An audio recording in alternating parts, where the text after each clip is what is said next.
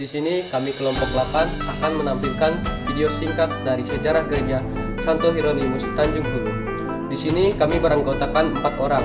Saya sendiri yaitu Novencio Edo dengan NIM 231011157.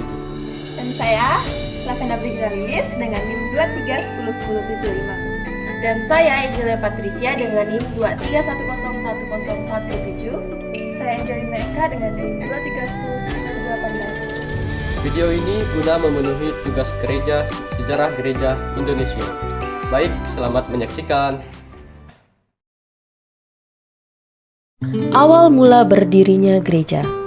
Sejarah berdirinya gereja Santo Hieronymus Tanjung Hulu Pontianak dimulai dari sebuah kapel kecil yang pada awalnya dikenal dengan nama Kapel Kanaan. Kapel ini terletak di wilayah Paroki Gembala Baik Pontianak, tepatnya di Jalan Tekam, Komplek Prumnas, Kecamatan Pontianak Timur. Kapel tersebut didirikan untuk memenuhi kebutuhan rohani umat Katolik yang tinggal di daerah tersebut, dan kapasitasnya pada waktu itu hanya mampu menampung sekitar 100 umat. Pada masa itu, gereja belum berdiri dengan struktur yang formal, dan ibadah minggu seringkali dilaksanakan di rumah-rumah umat. Dengan berkembangnya jumlah umat Katolik di Pontianak Timur, kebutuhan akan sebuah gereja yang lebih representatif menjadi semakin mendesak. Hal ini memicu munculnya ide dan usaha dari beberapa tokoh umat untuk membangun gereja yang lebih layak dan memadai bagi mereka. Kapel Kanaan mulai bertransformasi menjadi gereja yang dinamai Gereja Santo Hieronymus dengan harapan dapat melayani umat Katolik di wilayah tersebut secara lebih optimal. Gereja ini kemudian berkembang menjadi Paroki Tanjung Hulu Santo Hieronymus yang berstatus sebagai pemekaran dari Paroki Gembala Baik. Tahap perjuangan dan pembentukan. Pada awalnya gereja dikenal dengan nama Wilayah 7, yang kemudian lebih dikenal dengan sebutan Wilayah Kanaan. Sebelum gereja dibangun, ibadah minggu diadakan di rumah-rumah umat. Namun seiring dengan berkembangnya jumlah umat, kegiatan ibadah semakin terbatas oleh keterbatasan tempat. Oleh karena itu, para tokoh umat mulai merencanakan pembangunan tempat ibadah yang lebih permanen. Di antara perintis yang berperan penting dalam perjuangan ini adalah Bapak Damianus Jampi, Bapak Katrianus Muinam, Ibu Tina Milen, Bapak Ali Murni, Bapak Jarot, Bapak Sugeng, Ibu Helix, Bapak Ignatius Basno, dan Bapak Naba. Mereka adalah beberapa tokoh yang memulai usaha pembangunan gereja ini dengan penuh dedikasi. Meskipun pada waktu itu tantangan yang dihadapi sangat besar. Pada tahun 1985, umat Katolik di wilayah tersebut mendapat peluang yang sangat berharga ketika Menteri Perumahan Rakyat Bapak Kosmas Batubara meresmikan pembangunan Prumnas 3 Tanjung Hulu dan mengumumkan bahwa pemerintah menyediakan 3 bidang tanah untuk pembangunan tempat ibadah. Para umat segera memanfaatkan kesempatan ini dan mengajukan permohonan untuk mendirikan gereja kepada Wali Kota Pontianak yang pada waktu itu dijabat oleh Bapak Hasan. Selanjutnya, umat membentuk panitia pembentukan gereja yang bertugas untuk mengurus administrasi, mengajukan IMB atau izin mendirikan bangunan kepada pemerintah kota, serta menghadap kepada pelayanan pastoral yang terorganisir dengan baik, serta fasilitas yang mendukung kegiatan gereja. Diharapkan Paroki Santo Hieronymus Tanjung Hulu dapat menjadi tempat yang menyatukan umat dalam iman dan kasih, serta menjawab tantangan zaman dengan semangat pelayanan yang penuh kasih. Peran Gereja Santo Hieronymus dalam kehidupan rohani dan sosial umat Katolik di sekitarnya. Gereja sebagai pusat kehidupan rohani umat. Gereja Katolik termasuk Gereja Santo Hieronymus di Tanjung Hulu hadir pertama-tama sebagai tempat umat berjumpa dengan Tuhan. Peran rohani gereja ini sangat vital karena menjadi titik sentral pembinaan iman umat melalui berbagai cara. Pertama, pelayanan sakramental. Gereja Santo Hieronymus secara aktif memberikan pelayanan sakramen seperti ekaristi harian dan mingguan, baptis, krisma, pernikahan, dan sakramen penguatan orang sakit. Liturgi yang menghidupkan iman. Melalui perayaan liturgi yang diatur dengan baik, gereja menghidupkan semangat iman umat. Pembinaan iman dan katekese. Pembinaan iman tidak hanya berhenti pada anak-anak dan remaja, tetapi juga menjangkau dewasa dan lansia. Kegiatan katekese, pendalaman kitab suci, kursus persiapan sakramen, seperti komunitas kecil, yaitu lingkungan, membuat umat terus tumbuh dalam pengetahuan dan cinta akan iman Katolik. Retret dan rekoleksi. Kegiatan retret dan rekoleksi yang diselenggarakan secara rutin memberi waktu untuk refleksi dan membaharui batin umat. Gereja sebagai wadah pembinaan sosial umat. Iman Katolik yang sejati tidak hanya menyentuh relasi manusia dengan Tuhan, tetapi juga dengan sesama. Gereja Santo Hieronymus menyadari hal ini dan dengan aktif mengembangkan berbagai bentuk pelayanan sosial. Yang pertama, kegiatan karitatif. Gereja menyediakan bantuan untuk umat yang sakit, lansia, janda, dan mereka yang mengalami kesulitan ekonomi. Contohnya seperti pembagian sembako secara rutin, misalnya pada hari raya atau bencana. Gereja menyelenggarakan pembagian paket sembako kepada keluarga yang kurang mampu, lansia, atau menyandang disabilitas di sekitar paroki. Pendidikan dan beasiswa. Paroki berperan dalam mendukung pendidikan anak-anak umat yang kurang mampu. Beasiswa pendidikan disalurkan setiap tahun kepada siswa yang berprestasi dan berasal dari keluarga prasejahtera. Pemberdayaan ekonomi umat.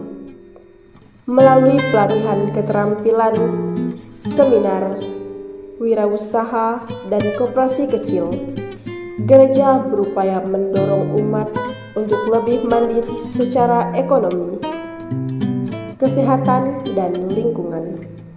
Gereja bekerja sama dengan tenaga medis Katolik untuk mengadakan pengobatan gratis gotong royong, dan pengelolaan sampah juga dilakukan untuk mendukung kepedulian terhadap lingkungan. Kegiatan yang dapat dilakukan seperti penyuluhan kesehatan, bakti sosial kesehatan, pos pelayanan kesehatan. Bagian ketiga, gereja dalam pembinaan keluarga dan kaum muda. A. Gereja sebagai gereja kecil.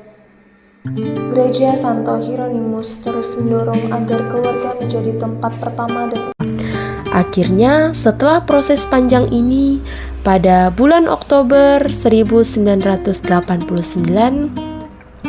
dilaksanakan penancapan tiang pertama sebagai simbol dimulainya pembangunan gereja.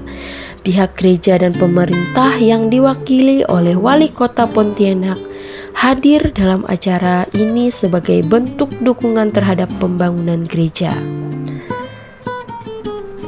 Peningkatan pelayanan pastoral. Seiring dengan terus berkembangnya jumlah umat, kebutuhan akan pelayanan pastoral yang lebih intensif pun semakin mendesak. Pada tahun 1997 sampai 1998, Keuskupan Agung Pontianak menawarkan pelayanan pastoral kepada Kongregasi Pasionis atau CP untuk melayani umat di Stasi Kanaan. Tawaran ini disambut baik oleh Kongregasi Pasionis yang kemudian mengutus Pastor Lukas Ahon CP untuk melayani umat di wilayah tersebut sejak 18 Oktober 1998. Dengan hadirnya kongregasi Pasionis, pelayanan pastoral di Kanaan semakin meningkat dan umat di wilayah ini mulai merasakan keberhasilan perjuangan mereka untuk memiliki gereja yang lebih layak. Kehadiran kongregasi Pasionis membawa angin segar dalam kehidupan rohani umat Katolik di Tanjung Hulu. Setelah bertahun-tahun berada dalam proses pembinaan dan pelayanan, pada 1 Januari 2002, Keuskupan Agung Pontianak memutuskan untuk meresmikan Stasi Kanaan menjadi paroki yang mandiri dengan nama Paroki Santo Hieronymus Tanjung Hulu. Keputusan ini merupakan hasil dari proses panjang dan perjuangan keras umat yang dipimpin oleh para pastor dan tokoh umat. Pembangunan fisik gereja yang lebih besar pun dilanjutkan dengan penancapan tiang pertama pada 5 Juni 2002 yang dipimpin oleh Pastor Alvin. Dengan penuh semangat dan kerjasama umat, gereja tersebut kemudian diresmikan pada 25 Desember 2003 oleh MGR Hieronymus Bumbul, Uskup Agung Pontianak, dalam perayaan Misa Kudus yang sangat khidmat. Peresmian ini menandai lahirnya gereja baru dengan nama Gereja Paroki Santo Hieronymus Tanjung Hulu yang berdiri sebagai simbol pencapaian umat di wilayah tersebut. Seiring dengan perkembangan paroki, kebutuhan akan fasilitas yang lebih lengkap juga semakin mendesak. Maka pada Juni 2006 dilakukan peletakan batu pertama pembangunan pastoran yang dilakukan oleh MGR Hieronymus Bumbul.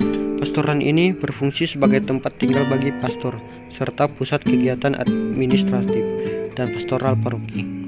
Fasilitas pendukung lainnya juga mulai dibangun seperti aula paroki dan ruang pertemuan untuk mendukung kegiatan gereja yang semakin berkembang.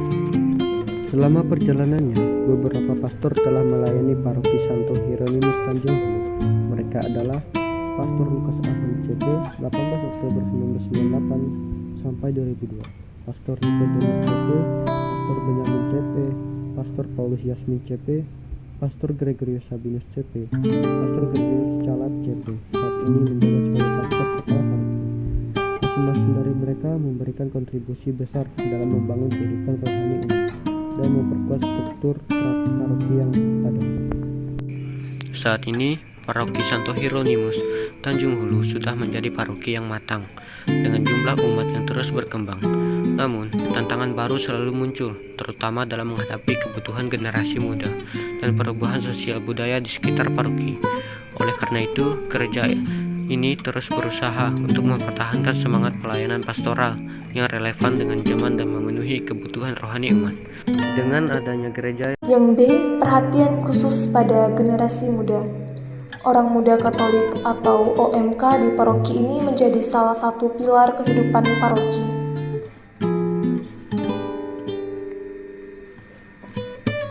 Bagian keempat, gereja sebagai perekat sosial di masyarakat multikultur. A. Dialog antar agama dan toleransi. Sebagai gereja yang berada di lingkungan multikultural dan multiagama, Gereja Santo Hieronymus aktif membangun hubungan baik dengan pemuka agama lain. Dalam perayaan Hari Besar Nasional, mereka turut serta menjaga keharmonisan antar umat beragama melalui forum lintas iman.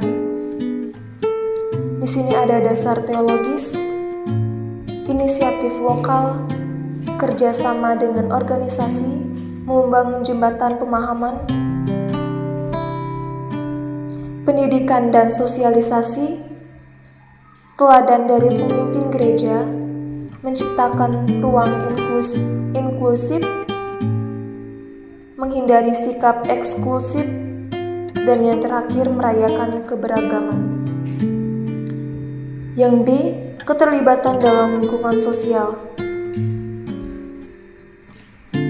Contohnya itu seperti amanat sosial gereja, kegiatan karitatif dan pelayanan, advokasi dan pemberdayaan, kerjasama lintas agama dalam aksi sosial, membangun komunitas yang solid, menciptakan keharmonisan sosial, menjadi agen perubahan positif, memberikan kesaksian iman yang autentik, dan memperkuat citra gereja. Dan yang kelima, pembinaan melalui kelompok kategorial dan lingkungan. Contohnya itu seperti kategorial sebagai sumber energi gereja, lingkungan dan komunitas basis gerejawi, peran ketua lingkungan dan pengurus, sinergi antara kelompok kategorial dan lingkungan.